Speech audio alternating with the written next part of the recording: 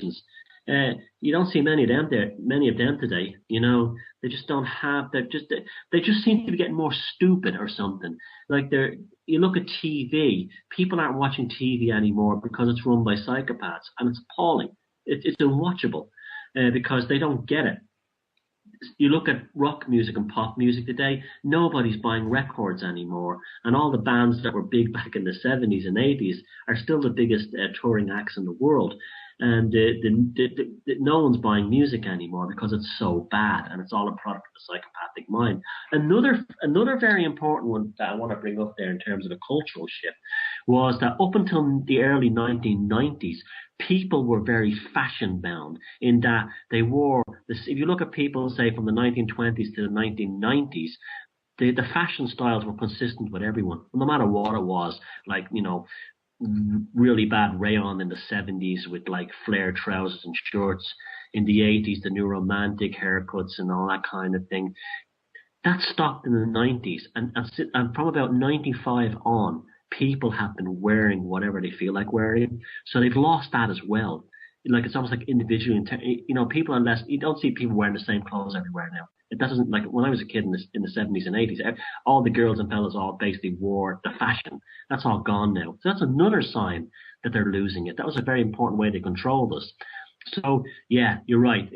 There's whatever's happening. There's an energetic shift, and they're not handling it very well, and we're handling it superbly. That's awesome. Thank you. You're welcome. Thank you, Green Meadow. And Uranus Rising has the next question. Thomas, what is your position on psychiatry and psychotherapy for assisting those who have been hurt by psychopathic behaviors? For instance, is it possible to avoid pigeonholing people into a victim identity or into a diagnosis which might not be helpful and actually perpetuate a dynamic?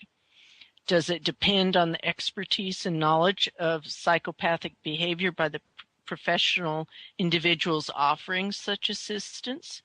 And if so, what type of training do you recommend for those in the mental health field?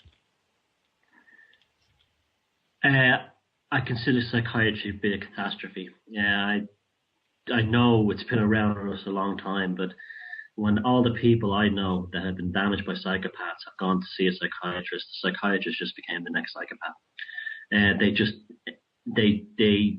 There was a very technical air of language. The whole thing was based on giving the medications, very dangerous psychotropic drugs that burn through your blood-brain barrier, you know, because they have hydrochloric acid in them and basically shut off your motor neurons and mirror neurons, so they became zombies. The psychiatry field in general, to me, still has a lot of things it needs to explain. There's still almost no empirical evidence to back up anything they claim they stand by. They have a lot to answer for, you mean? Oh yeah, big time. Unfortunately, the only one that's standing up against them is the Scientology people, and that's not helping either, because we're in the middle. There's all kinds of scientists, psychologists, and other people who are also very, very negative towards psychiatry, but they get blurred out by the media every time you see Tom Cruise on Oprah or something like that. So it's a mess. It's a catastrophe. My honest opinion I'm not saying that all psychiatrists are bad people who mean harm. I'm sure many of them are decent people. I just don't like their profession. I don't think it has advanced the human race. I think it's actually damaged it. I think the diagnostics and statistics manual is a work of fiction at this point. It's all speculative diagnosis in order to make money. They're doing. Well, doesn't it support big pharma as well? That's what it is. It's you know, a two-headed snake. It's not the upper and lower head of a cobra. And that's what they are. The two things are working together, and it's really terrible. Now, so my advice to someone who's been through that: stay away from a psychiatrist. There are some good methods within psychology. You know, cognitive behavioral therapy seems to be quite good. And so, you know, we all know people that have been to psychiatrists and been going there for years and years, and they never get better. It's just you pay a lot of you pay someone a lot of money to, like, indulge your victim complex.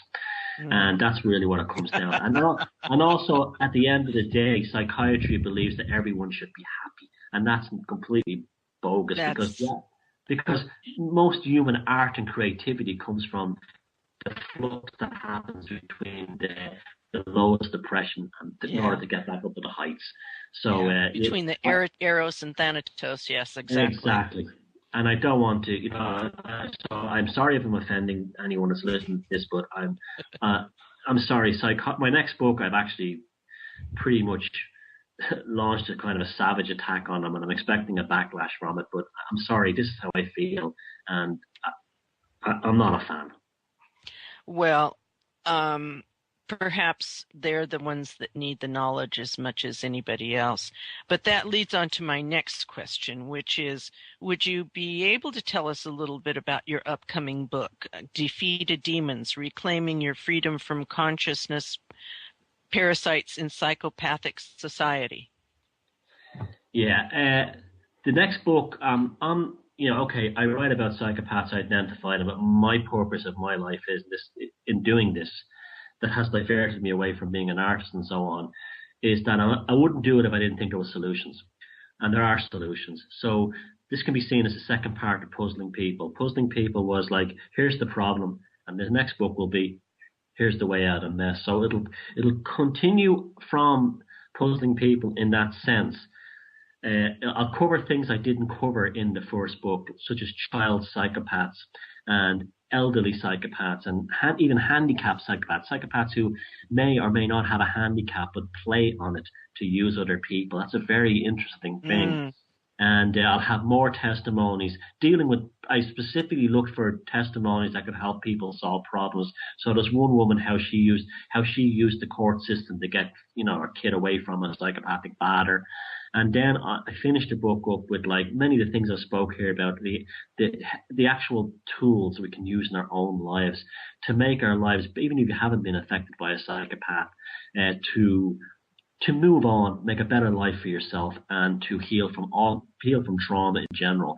The idea of a consciousness parasite is that your consciousness has been ravaged by some kind of psychopathic parasitic entity, whether it's an individual relationship or it's just a fear-based mind control program of the system. It's to get that out of people's heads and get them thinking about their lives. Most of the people who read my book would be not people who have been awakened. They would be people, regular folk who just been damaged by a psychopath. I'm coaching them now into being awake. So you could consider Puzzling People and Defeated Demons as sort of like two ends of a work of natural philosophy, where I acknowledge that there is a reality in the material world which has affected people very badly, but I'm also fully aware that this is a result of unseen forces which are outside the material world in terms of a consciousness expansion and a consciousness limiting dynamic. So it'll be the closing chapter of this in my life, in this aspect of my work, that put out there to help people, guide them from the psychopathic society and into the post-psychopathic society. Yes. Well, I think it'll be an absolutely amazing book, and I like your focus on that. And hopefully then you can move on to your creative work, which, by the way, I've seen your paintings. They're magnificent. So good luck to you. Thank you very much. Thank you, Uranus Rising. And Thomas, thank you for sharing your experience and research with us. Your insight into the mind and behavior of a psychopath is fascinating. On behalf of Fox and all the members of the WebBot Forum, it's been a pleasure to have you join us at Time Monk Radio Network. And in our tradition of loving and making pie, may you and yours have many delicious pies to look forward to. Well, thank you very much. I enjoyed it very much. Thank you. Thank you. I'm going to leave our listeners with the following song. I love your band, The Sulphur Factory, and the particular song is How People Are Made. Thomas composed the song and is on guitar and vocals, and you can listen to The Sulphur Factory at www.thomassheridanarts.blogspot.com. It's also available on YouTube, and he has other songs on iTunes. Enjoy.